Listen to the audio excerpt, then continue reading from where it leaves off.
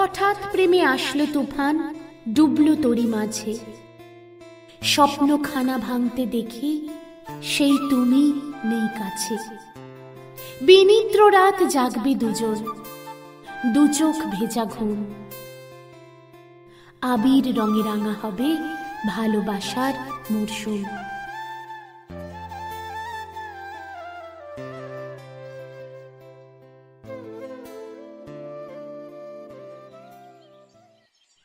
Excuse me, যদি কিছু মনে না করেন।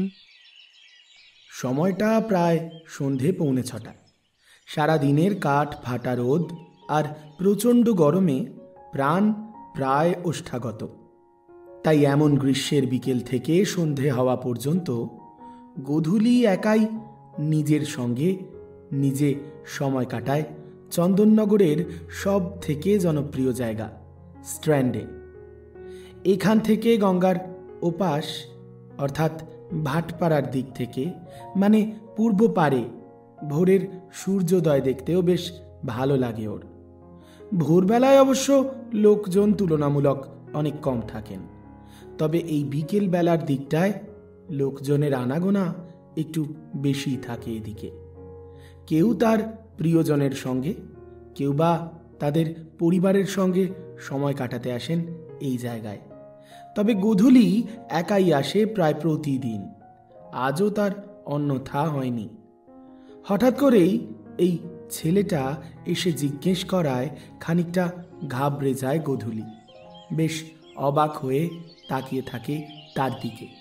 একবার দেখে নিয়ে উত্তর দেয়, হ্যাঁ, আমি তীর্থ, স্ট্রিট ফটোগ্রাফি করি। ওদিকটায় বসেছিলাম, আপনাকে দাঁড়িয়ে থাকতে দেখলাম। মানে আলোটা খুব সুন্দর পড়ছিল আপনার মুখের উপর, তাই ভাবলাম যদি অনুমতি দেন দু একটা ছবি তুলতে পারি। হ্যাঁ, আজকাল তো এই রকম ফটোগ্রাফারদের খুব রমরমা চলছে। ভালোই, আমারও ওই ফিডেই আসে এমন সব স্ট্রিট ফটোগ্রাফারদের ছবি, ভিডিও। কিন্তু আমার ছবি কেন? আসলে আমি ফেসেস অফ বেঙ্গল নামে একটা সিরিজ করছি। শহরের সাধারণ মুখগুলোর মধ্যেও যে কত গল্প লুকিয়ে থাকে সেগুলোর একটা আর্কাইভ তৈরি করছি। আপনি এমনভাবে দাঁড়িয়েছিলেন, মনে হলো কোনো গল্প লুকোনো আছে নিশ্চয়ই। দেখুন, এত গল্প টল্প কিন্তু আমি জানি না। সোজা কথা হচ্ছে আমি খুব সাদামাটা দেখতে, তেমন কিছুই নয়। আর আমার মনে হয় প্রত্যেকের জীবনেই নিজের নিজের একটা করে গল্প থাকে। সেগুলো এভাবে মুখের উপর ফুটে ওঠে বলে তো আমার কখনো জানা ছিল না। একদম ঠিক বলেছেন। আসলে এই গল্পগুলো যে সবসময় ঠিক মুখের ওপরেই ফুটে ওঠে বা মুখ দেখলেই বুঝে নেওয়া যায় এমনটা কিন্তু নয়। আসলে এটা অনুভবের ব্যাপার। কখনো কখনো আলো আর মুখটা একসঙ্গে মিলেমিশে এমন একটা ছবি তৈরি হয়, সেটা ক্যামেরায় ধরতে না পারলে আফসোসটা থেকেই যায়।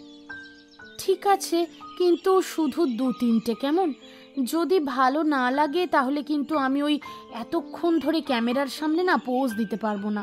ইনফ্যাক্ট আমি না খুব একটা ক্যামেরার সামনে স্বচ্ছন্দ নই। হ্যাঁ, অবশ্যই, আপনি যেভাবে স্বচ্ছন্দ বোধ করেন। তীর্থ ক্যামেরা তোলে, কয়েকটা ক্লিক চটপট করেই ফেলে ও। এমনিতেই শতাব্দী প্রাচীন এই জায়গাটার মধ্যে একটা অন্যরকম আভিজাত্য লুকিয়ে আছে। আর সন্ধ্যের এই সময়টাকে আক্ষরিক অর্থেই গোধূলি বলা হয়। ঠিক সেই সময় খুব সাদামাটা অথচ ব্যক্তিত্বপূর্ণ গোধূলির ছবিগুলো সত্যি অন্যরকম গল্পের মতোই লাগছিল তীর্থর ক্যামেরার লেন্সে। গোধূলি একটু অস্বস্তিতে ছিল ঠিক প্রথম দিকে, কিন্তু ধীরে ধীরে স্বাভাবিক হয়। ওই 2-3টে ছবি কখন যে 20-30টা ছবিতে কনভার্ট হয়ে গেছে তা বুঝতে পারেনি কেউই। বাই দ্য ওয়ে, আপনার নামটা জানা হয়নি, অথচ দেখুন আপনার ছবিগুলো তুলে তো বেশ ভালোই লাগছে। জানেন তো, সন্ধ্যের এই সময়টা এটাকে গোধূলি বলা হয়। ঠিক করেছি আপনার এই ছবিটা দেখুন, মুখের উপরে যে কমলা রঙের সূর্যের আভাটা এসে পড়ছে, এই ছবিটার নাম রাখবো গোধূলি। বেশ অবাক হয়, মনে মনে খানিকটা হাসিও পায় গোধূলির। তবু যতটা নিজেকে কন্ট্রোল করা যায় ততটা কন্ট্রোল করে অস্ফুটে নিজের নামটা বলে বসে তীর্থর সামনে। গোধূলি। মানে ঠিক বুঝলাম না। আপনার আমার দেওয়া ছবিটার নাম পছন্দ হয়েছে? হ্যাঁ, অবশ্যই পছন্দ হয়েছে। আর কোইন্সিডেন্টলি আমার নামও কিন্তু Godhuli, Godhuli Mukhopadhyay. What a pleasant surprise! দারুণ নাম। এই আলোয় আপনার নামটার মানেই যেন বোঝা যাচ্ছে। আর দেখুন, সত্যি কতটা কাকতালীয় ব্যাপার। আমিও কিন্তু এই নামটাই ভেবেছি এই ছবিটার জন্য। এই প্রথম এমন কোইন্সিডেন্ট হলো, ভালো ব্যাপার। আমার যদি এসব ছবিগুলো আপনাকে দেখাতে হয়, আপনার ইনস্টাগ্রাম আইডিটা পেলে ভালো হতো। আর যদি ছবি পোস্ট করি তাহলে আপনাকে ট্যাগ করতেও সুবিধে হবে। ঠিক আছে, ইনস্টাতে আমি @godhuli.unplugged আর ফোন নম্বর সেভ করে রাখুন, যদি কখনো ছবির দরকার পড়ে। 9432 খানিকটা দ্বিধা নিয়ে নিজের ইনস্টাগ্রাম আইডি আর ফোন নাম্বার শেয়ার করলো গোধূলি। তীর্থ নিজের ইনস্টাগ্রাম আইডি এবং ফোন নাম্বারটাও দিতে ভুলল না। ধন্যবাদ, আমি @তীর্থ_ক্লিক্স এই নামেই আছি। আর আমার নাম্বারটা নিয়ে নিন। কোনো অস্বস্তি হলে কিন্তু বলবেন প্লিজ, আমি ডিলিট করে দেব। আমার নাম্বার 983। তারা নাম্বার আর আইডি আদান প্রদান করে। তারপর কিছুক্ষণ চুপচাপ দাঁড়িয়ে থাকে। তারপর দুজনেই খানিকটা অস্বস্তিতে পড়ে। তবে তীর্থ ব্যাপারটা সামলে নেয়। আপনি এখানে নিয়মিত আসেন? মাঝে মাঝে, ভিড় না থাকলে ভালো লাগে। নদীর গন্ধটা যেন এক ধরনের শান্তি দেয়। আচ্ছা, আজ আপনাকে এখানে না দেখলে একটা চমৎকার মুখ ক্যামেরায় ধরা পড়তো না। ধন্যবাদ, কিন্তু আমি এখন ফিরি, সন্ধ্যা নেমে এলো তো। হ্যাঁ, অবশ্যই। দেখা হলে কথা হবে আবার। হ্যাঁ, হয়তো। ভালো থাকবেন। গোধূলি ধীরে ধীরে চলে যায় সোজা পাতালবাড়ির রাস্তাটার দিকে। তীর্থ ক্যামেরাটা গলা থেকে নামিয়ে নদীর দিকে তাকিয়ে থাকে।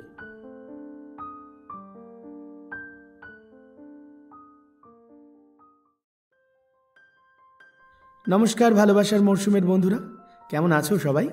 আশা করি ভালোই আছো। গোধূলি আর তীর্থর পরিচয় দেওয়ার আগে তোমাদের সঙ্গে কথাবার্তাটা সেরে ফেলি। শোনো, প্রচণ্ড গরম পড়েছে, তাই ছাতা, টুপি, জলের বোতল আর ওআরএস এগুলো ছাড়া কিন্তু একেবারে রোদে বেরোবে না। না না, কখনোই বলবো না যে রোদে বেরিও না। দেখো, বাড়ি বসে তো আর সব কাজ হয় না। কাজের জন্য বাড়ি থেকে তো বেরোতেই হবে। কিন্তু তবুও যতটা সাবধানতা অবলম্বন করা যায় ততটা করা কিন্তু মাস্ট, না হলে কিন্তু শরীর চলবে না।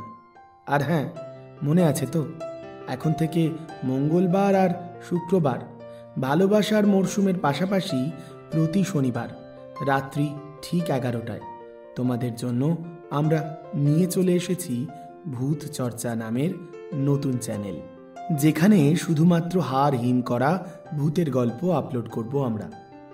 চ্যানেলের লিংক আমি ডেসক্রিপশন বক্সে দিয়ে রাখলাম। যারা এখনও চ্যানেলটা সাবস্ক্রাইব করনি তারা কিন্তু মনে করে সাবস্ক্রাইব করে দিও। চলো শুরু করি আজকের গল্প। আজকের গল্প চুপি সারে ভালোবাসা। গল্পটা আমিই লিখেছি, আর গল্প পাঠে আমি তোমাদের বন্ধু প্রীতম। আর হ্যাঁ, আমার সঙ্গে অন্যান্য চরিত্রে অবশ্যই রয়েছে অন্তরা আর সঙ্গে Chaitali.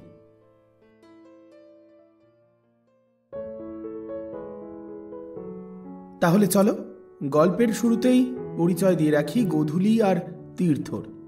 Nothing special, short and simple.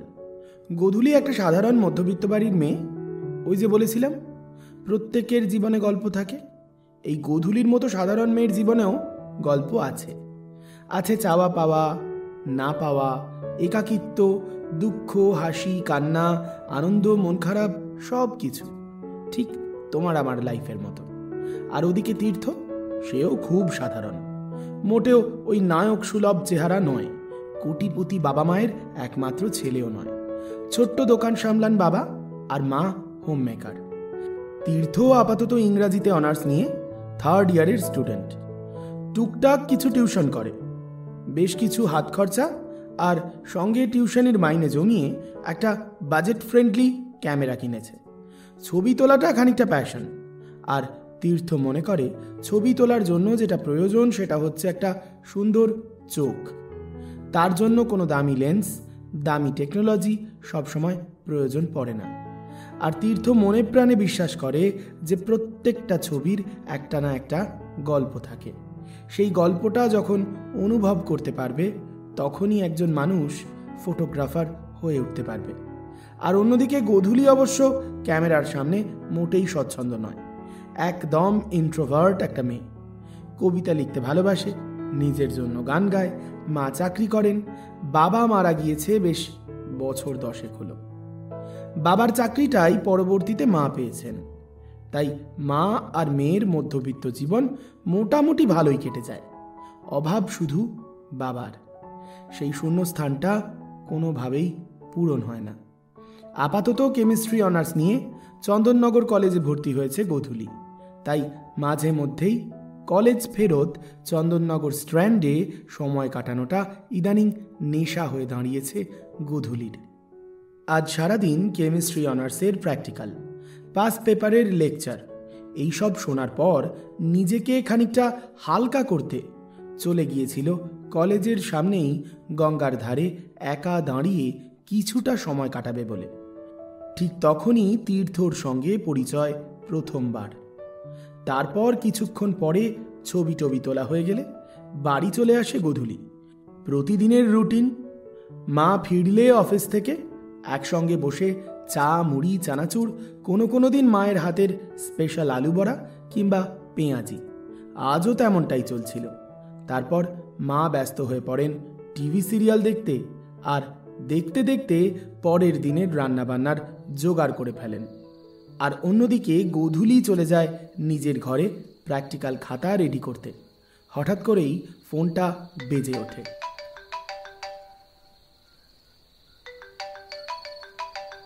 Hello. Hello, আমি তীর্থ বলছি, চিনতে পারছো? হ্যাঁ, চন্দননগর ঘাট, ক্যামেরা হাতে একজন গম্ভীর চেহারার মানুষ, ঠিক তো? গম্ভীর? আরে ওটা আমার ভাব ধরার অভ্যেস। আসলে ব্যক্তিগতভাবে আমি একেবারেই ওরকম গম্ভীর টম্ভীর কিছু নই। অনেক বেশি ছটফটে আর দাঁত বের করা মানুষ। সত্যি বলতে কি, ওই রকম একটা পার্সোনালিটি নিয়ে যদি তোমার সামনে গিয়ে দাঁড়াতাম আর তোমার ছবি তুলতে চাইতাম, তুমি কি পারমিশন দিতে বলো? তবে হ্যাঁ, আমি সেই তীর্থ যাকে তুমি মিন করছো। তারপর বলো, কি খবর? এই প্র্যাকটিক্যাল ক্লাসের কপি তৈরি করছিলাম, একটু আগেই তো বাড়ি ফিরলাম। তা কি মনে করে ফোন? আসলে সেদিন যে ছবিগুলো তুলেছিলাম সেগুলোর মধ্যে একটা ছবি এমন ভাবে ধরা পড়েছে যে নিজেই অবাক হয়ে গিয়েছি। সেদিন দেখালাম না তোমায় ছবিটা, যেই ছবিটার নাম দিয়েছি গোধূলি। হ্যাঁ জানি তো, আমার নামে নাম দিয়েছো, খুশি হয়েছি আমি। হ্যাঁ, শুধু তোমার নামে না, ওই মুহূর্তটার নামেও। আলোটা যেমন ভাবে পড়েছিল তোমার মুখে, সেটা যেন ঠিক সন্ধে নামার আগমনের মতো শান্ত, ধূসর আর আবেগময়। তুমি এত সুন্দর করে বলতে পারো সবকিছু, আমি তো বুঝতেই পারিনি যে আমি ওইভাবে দাঁড়িয়েছিলাম। তোমার অজান্তেই অনেক কিছু ধরা পড়ে যায়। ভালো ফটোগ্রাফি মানেই তো সেই না বলা কথাগুলো ক্যামেরায় ধরে রাখা, তাই না? ছবিটা কি পেতে পারি? হ্যাঁ, সেটাই বলতে ফোন করেছি। আমি ছবিটা প্রিন্ট করিয়েছি, ফ্রেমও করিয়ে ফেলেছি। ভাবছি তোমাকে গিফট করব। আমাকে? কিন্তু কেন? তুমি তো বললে ওটা তোমার কন্টেন্ট হিসেবে তুমি ইনস্টাগ্রামে আপলোড করবে, আর আমাকে শুধু হোয়াটসঅ্যাপে পাঠিয়ে দিলেই চলতো। তাছাড়া ইনস্টাগ্রামে তো তুমি আমাকে নিশ্চয়ই মেনশন করবে। হ্যাঁ তা ঠিক, সে সমস্ত তো হবেই, কিন্তু তা সত্ত্বেও মনে হলো ছবিটার একটা প্রিন্ট করে একটা ফ্রেম করে তোমাকে দিই, কারণ এই ছবিটা তোমাকে ছাড়া সম্ভব হতো না। আর ছোট্ট একটা ধন্যবাদ, যেটা তোমার অবশ্যই প্রাপ্য। আর এটা একটা শুরু বলা যেতে পারে। শুরু? হ্যাঁ, একটা বন্ধুত্বের শুরু। ভুল বললাম কিছু? ঠিক বলেছ, আমারও ভালো লাগবে তোমার সঙ্গে বন্ধুত্ব করতে। না না, তাই বলে ভেবো না যে তুমি ফ্রিতে ছবি তুলে দেবে বলে তোমার সঙ্গে বন্ধুত্ব করতে রাজি হলাম। আসলে তোমার চিন্তা ভাবনাগুলো বেশ ভালো লাগলো আমার, তাই তোমাকে কাল্টিভেট করা যেতেই পারে। তাহলে বলো, কবে দেখা হবে? ফ্রেমটা তো শুধু ছবি নয়, একটা মুহূর্ত, একটা গল্প, সেটা তোমার হাতে তুলে দিতে চাই। এই শনিবার আমার ক্লাস নেই, বিকেলে সময় পাবো। আবার চন্দননগর ঘাটেই তাহলে। পারফেক্ট, আবার ওই আলোটা খুঁজে নেওয়া যাক। আর এবার গল্প করবে তুমি। সেদিন যে গল্পটা মুখে লেখা ছিল সেটা তোমার মুখে শুনবো। চেষ্টা করব। তবে জানো তো, শনিবার গল্পেরই দিন। ওই দিন ভালোবাসার মরশুম চ্যানেলের আরও একটা চ্যানেল ভূত চর্চা, ওখানে রাত 11টায় নতুন নতুন ভূতের গল্প আসে। আমি শুনি, তুমিও শুনতে পারো, খুব ভালো লাগবে। লিংক দিয়ে দেব? আরে না না, তার দরকার নেই। ওই ভালোবাসার মরশুম চ্যানেলটা তুমি শোনো বুঝি? আমার তো ভীষণ পছন্দের ভালোবাসার গল্প, তাই আমিও শুনি ওই চ্যানেলটা। আর ওদের কমিউনিটি পোস্টে বেশ কয়েকবার ওরা ওই ভূত চর্চার লিংকটা শেয়ারও করেছে, তাই ওখান থেকে আমি নিশ্চয়ই সাবস্ক্রাইব করে নেব। তবে একটা রিকোয়েস্ট, ওই দিন কিন্তু সেজে গুজে এসো, আরো কয়েকটা ছবি তুলবো। সেদিনের মতো ভয় পেয়ে গেলে কিন্তু চলবে না। এবার তোমার ক্যামেরার ভয় পাবো না। ভয় পাওয়ার কিছুই নেই, এবার ক্যামেরাটা বন্ধ থাকবে আর মনটা খোলা। তীর্থ, ধন্যবাদ। আমার নামটা ছবি হয়ে যাবে, এটা ভাবতেই কেমন যেন একটা লাগে। তোমাকে দেখে একটা মুহূর্ত ছবিতে ধরা পড়েছে, সেটাই আমার সৌভাগ্য। তাহলে শনিবার বিকেল 5টা? ঠিক বিকেল 5টায় আমি কিন্তু অপেক্ষা করব, কেমন? এই প্রথম কোনো ছবি উপহার পেতে যাচ্ছি, আর সেই ছবির নাম গোধূলি। এটা আমি খুব যত্ন করে রেখে দেব।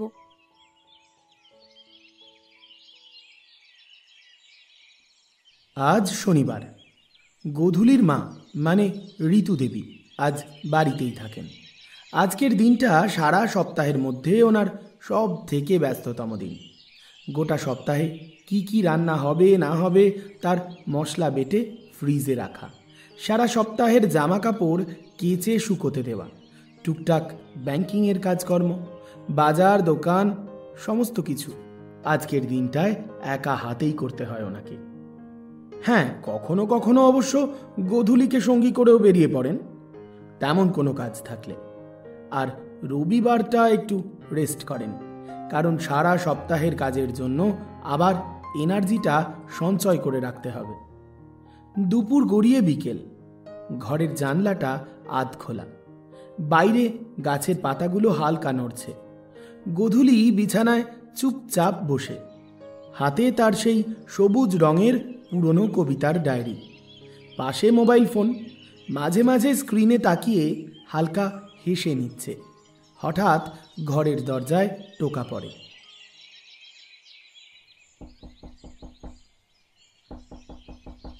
গোধূলি, সারাদিন তুমি ঘরে বসে কি করো বলো তো? কলেজে যাও, তারপর বাড়ি এসে তো দেখছি বই খাতা ফেলে রেখে কেবল এই ডায়েরি আর মোবাইল নিয়ে পড়ে আছো। আছেটা কি তার ভেতর? আর মোবাইলেই বা কার সঙ্গে এত ব্যস্ত থাকো আজকাল? মা, কিছু না, কবিতাগুলো একটু গুছিয়ে নিচ্ছিলাম। কবিতা কবিতা, সারাদিন শুধু কবিতা লিখে কি হবে? পরীক্ষার পড়াশোনা ছুঁয়ে দেখিস না? জীবনটা কবিতার মতো চলে এমনটা ভাবিস না। আশ্চর্য ব্যাপার, সারাদিন ভাবুক হয়ে বসে রয়েছে। আমি লেখালেখিটা ভালোবাসি, পড়াশোনাও করি, কিন্তু কবিতা নিজের মতো করে ভাবা, নিঃশব্দে কথা বলার একটা মাধ্যম কবিতা। তাহলে মোবাইলটা কেন হাতে রাখা? কেন? লেখার সময় ফোন দরকার হয়? এমন তো তুই আগে ছিলিস না। ইদানিং এমন ঘরকুনো আর মোবাইল মুখো হয়ে পড়ছিস কেন? সেটা মাঝে মাঝে, সবসময় আমি মোটেই ফোন নিয়ে বসে থাকি না মা। আর ফোন নিয়ে বসে থাকি কারণ অনুপ্রেরণা পাই, কিছু লাইন বা ছবি দেখি, আর আর তার সঙ্গে কথা বলো, আর তার কথা ভেবে ভেবে হেসে হেসে কিছু লেখো। বাইরে যাওয়া বন্ধ, বান্ধবীদের সঙ্গে তেমন যোগাযোগ নেই, তাহলে এই মনের কথা কার সঙ্গে ভাগ করো? শুনি তোমার স্বপ্নের রাজপুত্রটিকে। কাউকে নয় মা, বললেও বিশ্বাস করবে না তুমি। শোনো মা, এমন কোনো সম্পর্ক আমার তৈরি হয়নি যাকে আমার স্বপ্নের রাজপুত্র বলে ভাবতে হবে। শোন গোধূলি, আমি তোর শত্রু নই, তুই বড় হচ্ছিস বুঝি, কিন্তু সব কিছু নিজের মধ্যে রাখলে মা হয়ে কেমন করে বুঝবো তুই ঠিক আছিস কিনা? ঠিক আছি মা, আমি শুধু মাঝে মাঝে মনের ভাবনাগুলোর সঙ্গে কথা বলি। কিছু কিছু অনুভূতি আছে যা কাগজে লেখা যায়, কিন্তু মুখে বলা যায় না। তুমি জানো না, আমি তোমার এমন একা হয়ে যাওয়াটা দেখে ভয় পাই। আগে তুমি সব গল্প বলতে, এখন কেমন যেন দূরে সরে গেছো। আর এই ফোনটা, ওটা যেন একটা দেয়াল হয়ে গেছে আমাদের মাঝে। তুমি ঠিক বলো মা, আমার মধ্যে অনেক পরিবর্তন এসেছে। কিছু অনুভব, কিছু মানুষ এসেছে যাদের হয়তো আমি মুখে বলতে পারি না, কিন্তু ডায়েরির পাতায় তারা থাকে। তা তোমার সেই মানুষ যদি ভালো হয়, তাহলে তাকে নিয়ে লুকোনোর কিছু নেই।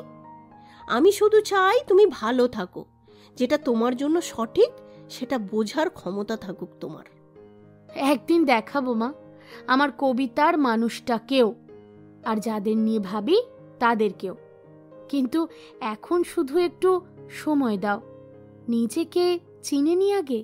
ঠিক আছে, শুধু মনে রাখিস এই ঘরের দরজাটা কখনো বন্ধ নেই।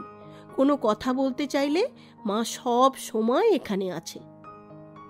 ধন্যবাদ মা, আমি ভুলে যাই মাঝে মাঝে, তুমিও তো আমার জীবনের প্রথম পাঠক। এই শোন, কথায় কথায় কেউ বাবা মাকে ধন্যবাদ দেয় না। এই জানলাটা আমি খুলে দিয়ে গেলাম, ঘরে একটু রোদ বাতাস আসুক, আর তাড়াতাড়ি খাটের উপরে সব ছড়িয়ে ছিটিয়ে থাকা বইপত্রগুলো গুছিয়ে স্নান করতে যা। আজ কিন্তু নিরামিষ রান্না করেছি, কাল মাংস করব। চটপট খেয়ে নিবি, নিরামিষের দিনে খাবার ঠান্ডা হয়ে গেলে। বলেই ঘর থেকে আস্তে আস্তে বেরিয়ে গেলেন ঋতুদেবী। আজ গোধূলি অবশ্য বেশ আনমনা, মনে মনে খানিকটা আনন্দ তো হচ্ছেই ওর। তীর্থর সঙ্গে আজ প্রথমবার ওর এমনি এমনি দেখা হতে চলেছে, তাও আবার সামনাসামনি। দুপুর গড়িয়ে বিকেল হতেই প্রতিদিনের মতো বেশ সাদামাটাভাবেই নিজেকে তৈরি করে নিল গোধূলি। তারপর বেরিয়ে গেল চন্দননগর স্ট্র্যান্ডের উদ্দেশ্যে। কিছুক্ষণের মধ্যেই চার্চের সামনে থাপার মোমোর দোকানের কাছেই গোধূলির সঙ্গে দেখা হলো তীর্থর। আরে, তুমি তো আজকেও ঠিক সেই আলোটায় দাঁড়িয়ে রয়েছ যেটা আমি ছবিতে ধরেছিলাম। ছবির আলোটা তো তোমার চোখের দেখা, বাস্তবে হয়তো আমি অতটা আলোকিত না। তুমি অহেতুক আমাকে ইমপ্রেস করতে একটু বাড়িয়েই বলছো। তুমি বোঝো না, অথবা তোমার চোখে পড়ে না। আসলে এটা একটা অনুভূতি। তুমি এমনভাবে বলছো যে আমি একটা অনুভূতি। আচ্ছা, সত্যি সত্যি বলো তো, তোমরা ফটোগ্রাফাররা এই সমস্ত কথাবার্তা মেয়েদেরকে ইমপ্রেস করতেই বলো, তাই না?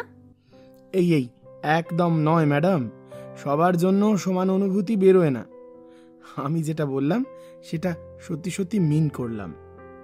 কি জানি, হয়তো তাই, আবার হয়তো নয়। হয়তো আমার ছবির ভেতরের সবচেয়ে নরম অনুভূতি ঠিক গোধূলির আলোর মতোই নরম। তোমার কথাগুলো বড় অচেনা, কিন্তু ভালো লাগে শুনতে। তোমার সামনে দাঁড়িয়ে অচেনা হওয়াটাও বেশ সুন্দর। পরিচিত হলে কি আর এত কল্পনা থাকে? তুমি কি কল্পনা করো আমাকে নিয়ে? প্রতিদিন, অথচ আজ প্রথমবার এত কথা বলছি, মানে এত কথা তোমার সামনে দাঁড়িয়ে বলছি। তুমি ছবি তোলার সময় কি ভাবছিলে? নিশ্চয়ই অনেক ছবি এর আগেও তুলেছ, সবার ছবি নিয়ে কি এতটাই বাড়াবাড়ি করেছো? তোমার চোখে একটা একা একা ভাব ছিল, মনে হচ্ছিল ছবির বাইরেও তোমার একটা গল্প আছে। আর সেই গল্পটা তুমি জানতে চাও? যদি বলো, আমি শুনে যাব সারা জীবন। এত বড় কথা একদিনের জন্য বলো না। এমন কিছুই বলবে যা দীর্ঘদিন ধরে বজায় রাখতে পারো। তাহলে আজ থেকে একটু একটু করে শুরু করা যাক। হয়তো এই হাঁটাটা দিয়েই শুরু, ঠিক না? তুমি বললে আমি বিশ্বাস করব। তোমার বিশ্বাস এত সহজে তৈরি হয়? তোমার হাসিটা দেখলেই হয়। তুমি খুব সাবধানে কথা বলো তীর্থ। এমন কিছু কথা বলে দিচ্ছ যার গুরুত্ব কিন্তু অনেকখানি। পরে এই কথাগুলোর জন্যই রিগ্রেট করবে না তো? আমি শুধু সেই কথাগুলোই বলি যেগুলো মনে অনেক দিন ধরে জমিয়ে রাখা আছে। আমার ব্যাপারে কতদিন ধরে জমছিল? ওই সেই মুহূর্ত থেকে যেদিন আলোটা তোমার মুখ ছুঁয়ে গিয়েছিল। ক্যামেরা তখন আমার হাত থেকে সরে গিয়েছিল। তুমি জানো, আমি তোমার তোলা ছবিটা বারবার দেখি। তুমি? সত্যি? হ্যাঁ, আমি তখন নিজের ভেতরকে চিনতে পারছিলাম না। ছবিটার ভেতরে একটা অন্য আমি আছে।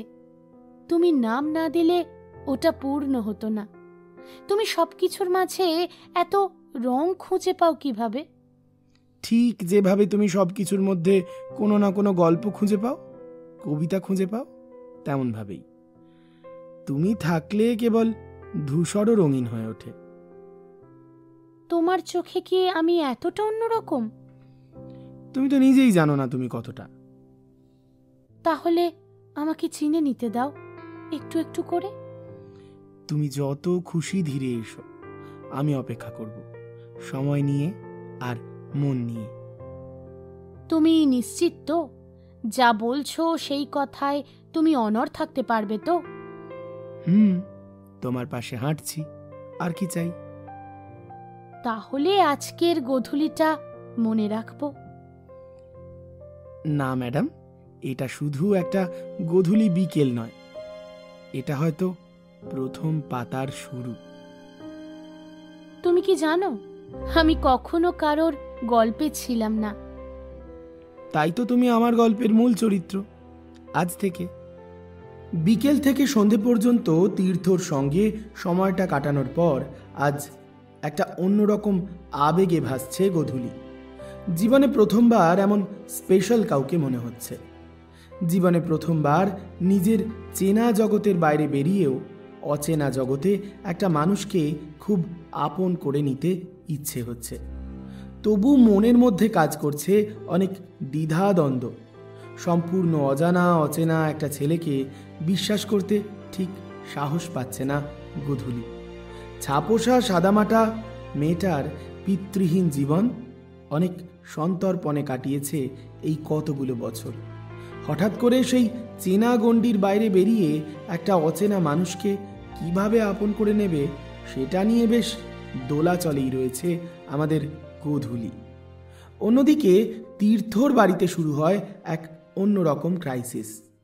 তীর্থর বাড়ি থেকে তীর্থর কলেজ শেষ হয়ে যাওয়ার পরেও কোনো রকম প্রফেশনাল পড়াশোনা না করে শুধুমাত্র ফটোগ্রাফিকে নিয়ে ডেডিকেট থাকাটা মোটেই ভালোভাবে নিচ্ছে না ওর বাড়ির লোকজন।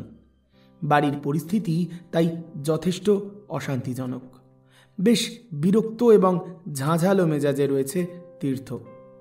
বেশ কয়েকদিন ধরে গোধূলির সঙ্গেও নিয়মিত কথাবার্তা হচ্ছে না ঠিকঠাক। হঠাৎ করেই ফোনটা বেজে উঠল।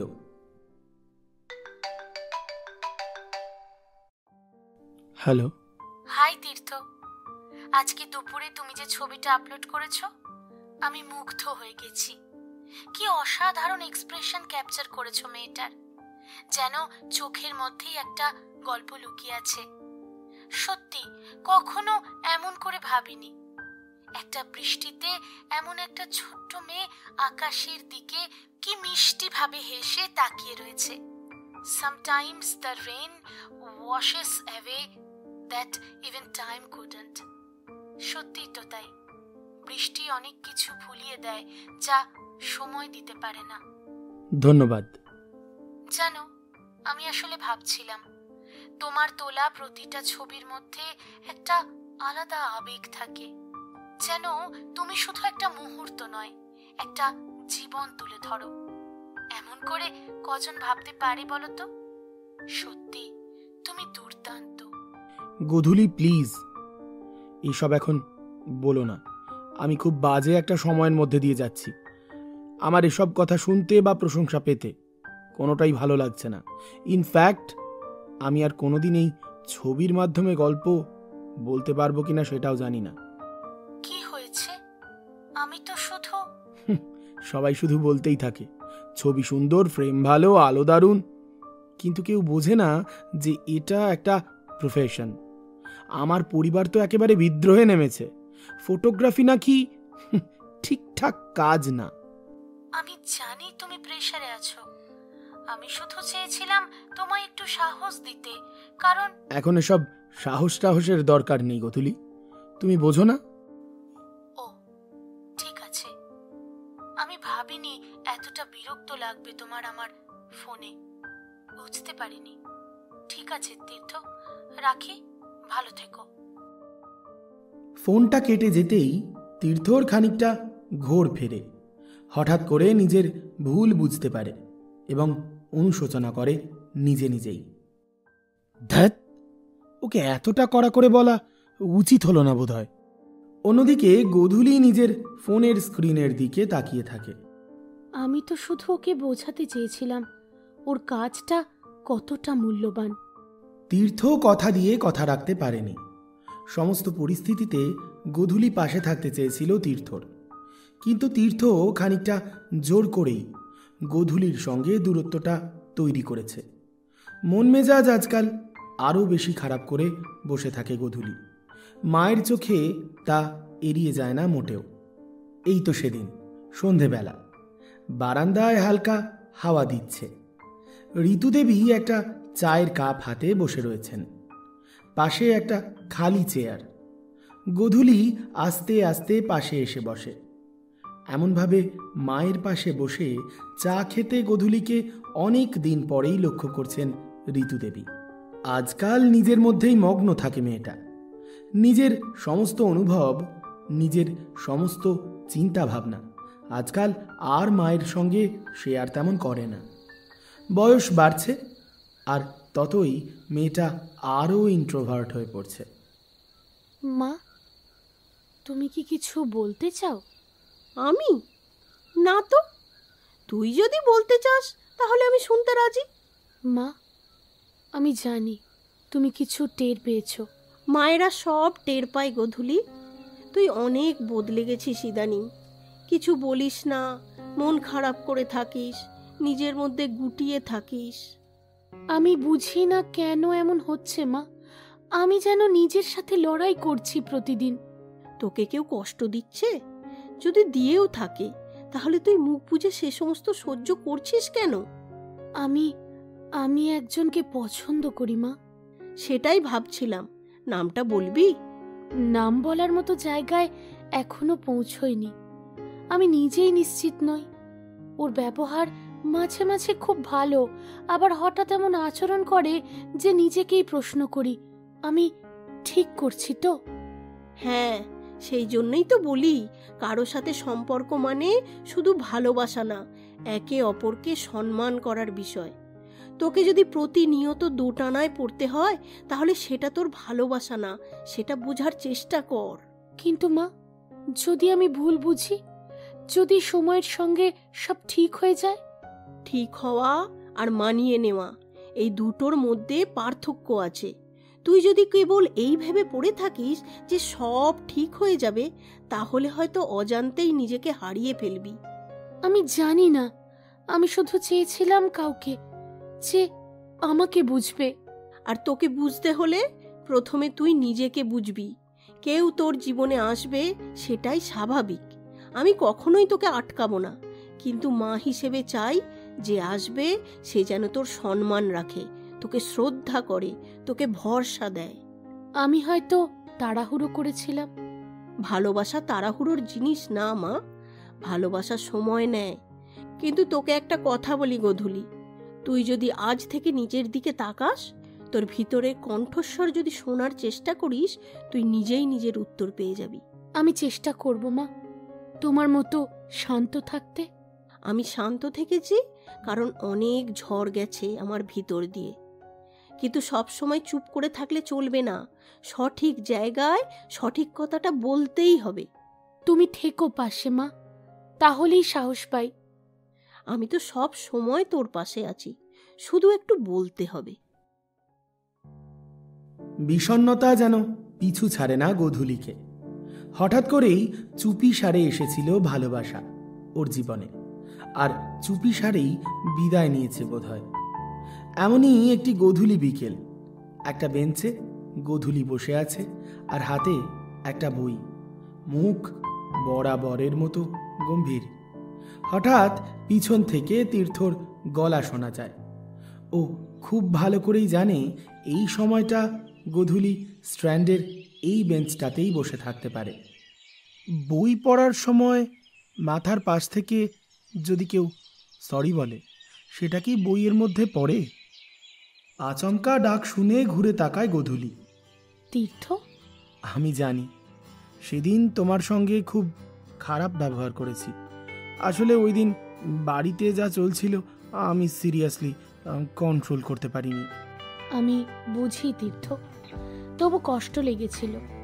আমি শুধু তোমায় বোঝাতে চেয়েছিলাম, তুমি যা করো সেটাই তোমার পরিচয়। তোমার তোলা ছবিগুলো, ওগুলো তো শুধু দৃশ্য নয়, ওগুলো তো অনুভব। আমি জানি। আর জানো, সেদিন রাতে আমি তোমার কথা অনেকবার ভেবেওছি।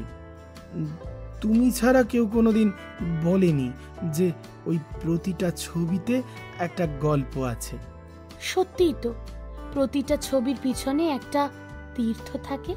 তুমি পাশে থাকলে আমি কিন্তু সব কিছু ম্যানেজ করে ফেলতে পারবো, বাড়ির কথাও, নিজের লড়াইটাও।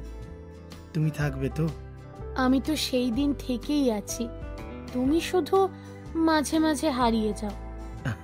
আচ্ছা বেশ, এবার আর হারাবো না, কথা দিচ্ছি। তাহলে চলো একটা নতুন গল্প শুরু করি, এইবার আমরা দুজন মিলে। আর এই গল্পটা আমি শুধু ক্যামেরায় নয়, মনেও তুলে রাখবো। চন্দননগর চার্চের পিছনে তখন সূর্য ডুবে যাচ্ছে। আকাশে হালকা কমলা রঙের ছায়া, আর চারপাশের দোকানগুলো চিকচিক করছে কৃত্রিম আলোয়। আলোর শহর চন্দননগর সেজে উঠছে নিজের ছন্দে। আর বোধহয় ঠিক সেই সময়েই শুরু হয় আরও একটা নতুন ভালোবাসার গল্পের চুপিসারে। চুপিসারে ভালোবাসা।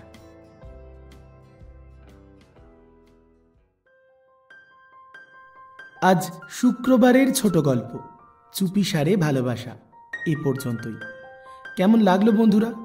যদি ভালো লেগে থাকে তাহলে কিন্তু ওই একটা কমেন্ট আর লাইক করতেই হবে, সঙ্গে তোমাদের পরিচিত পরিজনদের মধ্যে শেয়ারও করতে পারো। আর হ্যাঁ, যদি খারাপ লাগে তাহলেও চিন্তা নেই, ডিসলাইক বাটনটাও প্রেস করো, কিচ্ছু মনে করবো না। আর হ্যাঁ, যদি তুমি এই চ্যানেলে নতুন হও তাহলে কিন্তু চ্যানেলটা আজ সাবস্ক্রাইব করতেই হচ্ছে, কারণ এই চ্যানেলে আমরা প্রতি মঙ্গলবার দুপুর ঠিক 3:30 আর প্রতি শুক্রবার রাত্রি ঠিক 8টায় নিয়ে আসি দুটো করে ভালোবাসার গল্প। তাহলে চলো, গত পর্বে যে 10 জন সঠিক উত্তরদাতা সঠিক উত্তর দিয়েছিলে, চটপট তাদের নামগুলো ঘোষণা করে ফেলি। তারা হলে ঈশানী ঘোষ, স্মরণিকা শীল, মানসী পাত্র, সঞ্জয় দাস, স্নেহা দাস, তন্ময় বাগ, সুজয় দাস, শান্তনু বর্মন, সোনাই সামন্ত, মোহিনী ভট্টাচার্য, ঝুমা মণ্ডল, ঋতু সর্দার সহ অনেকেই। চলো এবার চলে আসি আজকের পর্বের প্রশ্নে। আজকের প্রশ্ন কিন্তু ভারী সহজ। মনে আছে তীর্থ গোধূলির একটা ছবি যা প্রথম দিন তুলেছিল? সেই ছবিটার তীর্থ কি নাম দিয়েছিল? জানি উত্তরটা ভীষণ সহজ, আর মন দিয়ে গল্পটা শুনেছ তাই এক্ষুনি উত্তরটা বলে দিতে পারবে। তাই চটপট দেরি করো না, কমেন্ট বক্সে গিয়ে টাইপ করে ফেলো সঠিক উত্তর। পরের পর্বে প্রথম 10 জন সঠিক উত্তরদাতার নাম ঘোষণা করব আমি। আর হ্যাঁ, মনে আছে তো, আগামীকাল শনিবার রাত্রি ঠিক 11টায় আসছে ভূত চর্চায় নতুন গল্প। হাড় হিম করা ভয়ঙ্কর সব ভূত পিশাচের গল্প শুনতে অবশ্যই সাবস্ক্রাইব করো ভূত চর্চা। চ্যানেলের লিংক ডেসক্রিপশন বক্সে দিয়ে রাখলাম। তাহলে আজ এ পর্যন্তই। কথা হচ্ছে আগামীকাল শনিবার ঠিক রাত্রি 11টায় ভূত চর্চায়, আর তারপর আবার আগামী মঙ্গলবার দুপুর ঠিক 3:30 ভালোবাসার মরশুমে, এবং আবার আগামী শুক্রবার রাত্রি 8টায় একই চ্যানেলে।